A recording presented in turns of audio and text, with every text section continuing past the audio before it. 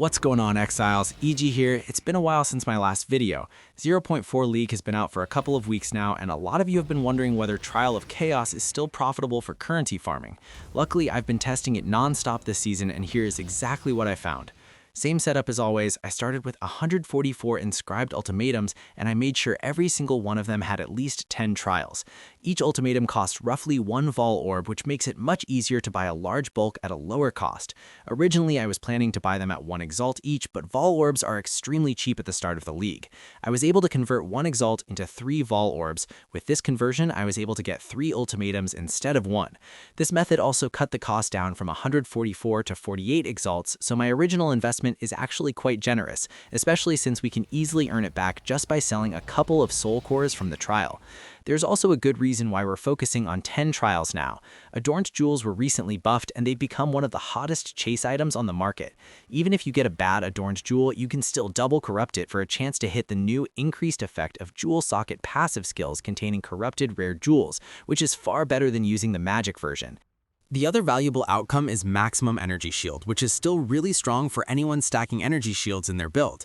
However, identifying the adorned jewel is too risky, and it always has been. That's why we're farming the unidentified version and selling it for a juicy amount of divines. Since adorned jewels have become the hottest chase item, this has also affected the price of fate materials. You might be surprised, they've actually gone up quite a bit, even surpassing the price of most soul cores on the market. So getting the fate materials is actually worth it now, compared to last season. Each run takes between 12 and 15 minutes, which adds up to around 30 to 36 hours total to clear all the trials. Now, I did take a risk farming the Trialmaster for adorned jewels, and it completely paid off. It took me around 43 attempts before he finally dropped an adorned jewel. Honestly, if he hadn't dropped a jewel by the time I finished the entire batch, I would have missed out on somewhere between 28 and 32 divines just from selling the fate materials alone. Also, I'm actually not going in blind with this one. I farmed Trialmasters 144 times and gathered enough data to get a decent idea of the average yield on adorned jewels. Out of those 144 runs, I managed to pick up at least 3 adorned jewels, which means I can expect roughly 1 jewel every 48 runs. If I'm lucky, I might even pick up 2. However, if you're unsure whether you should farm the Trialmaster or not, then I highly recommend selling the fate materials instead. Anyway, I got the adorned jewel and sold it for 119 divines. It didn't take long for someone to buy it, roughly around 10 to 15 minutes. For the rest of the fate materials, I traded all the leftovers in for some extra divines and exalts. As for the Trialmaster Uniques, I picked up at least 27 Glimpse of Chaos helmets. One of them was actually exceptional, but it only rolled quality and didn't get the extra socket.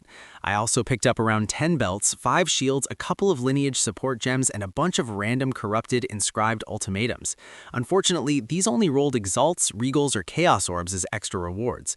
Since the uniques aren't really worth much, I went ahead and dismantled all of them for chance shards. Oh, by the way, don't worry about all the calculations. I'm going to add everything up and give you the total profit at the end of the video. Next is the soul core section. I managed to pick up over 432 soul cores across 144 runs. I don't think the drop rate has changed much since 0.3, but I did get a lot more soul core variations this league. Let's start with the original soul cores. You get these on stages 4 and 7. After selling every single original soul core, I managed to make over 3,270 exalts and 12 divines. Next are the specialized soul cores. You get these from stages 10 and above. The most expensive one is Tizamato's Soul Core of Ferocity, while the rest aren't really worth very much. Most players pick up this soul core mainly for druid builds that focus on stacking rage. After selling all the specialized soul cores, I made about 608 exalts and 1 divine. It's actually pretty bad in my opinion. Some of these specialized soul cores just aren't that good. I feel like GGG should buff them somehow. Anyway, if you combine both sales together, the total comes to roughly 3,878 exalts and 13 divines.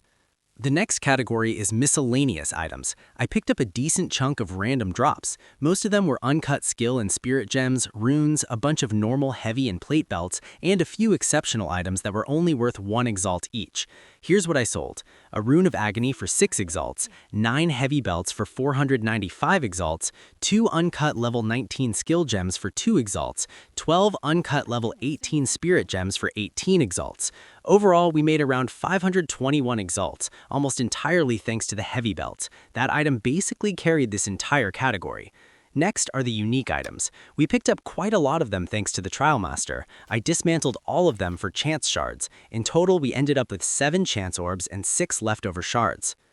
And lastly, we have the currency. Most of these currencies actually came from the trial rewards. You can get a good chunk of Chaos Orbs, Vol Orbs, and even Divine Orbs. I managed to pick up a few Divine Orbs directly from the trials as well. Other than that, my character doesn't have any item rarity, so getting a decent amount of currency from Trial of Chaos is still pretty solid. With that being said, I went ahead and converted all of these currencies into Exalts and Divines as much as I could. I ended up with 1,676 Exalts and 15 Divines from the Currency tab. I also forgot to mention that I sold a couple of gear pieces for some extra Exalts and Divines. It wasn't much, but it does add up. Here are a couple of items that I sold. The first one is a triple resistance belt with 34% fire resistance, 31% cold resistance, 23% chaos resistance, and 117 maximum life. Anything that rolls either life or mana along with double or even triple resistances is highly valuable. I'm pretty sure I could have sold this for more than one divine, but the stat rolls weren't very high, so I ended up selling it for a single divine. If you're picking up belts from the Trial of Chaos, I also highly recommend looking for mana modifiers paired with a couple of resistances. Mana stocking builds are actually quite popular now thanks to Quipotle's Thesis. This item alone enables players to stock a high amount of mana regeneration by repeatedly casting curse abilities. The next item has Tier 1 Energy Shield and Tier 1 Cold Resistance. It's item level 82, which explains why I managed to get such a high cold resistance roll. Most players prefer the exceptional version that comes with 2 additional sockets. Even though this one isn't 2-socket, players can still make good profit by crafting and reselling it. Unfortunately, I didn't have any currency while grinding the trials, so I just sold it as is for an extra divine.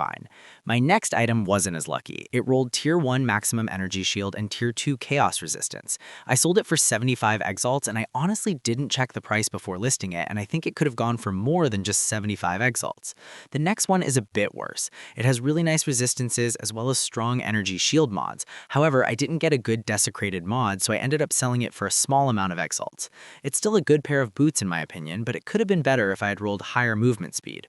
The last one is probably my favorite, Tier 1 Movement Speed and Tier 1 Lightning Resistance.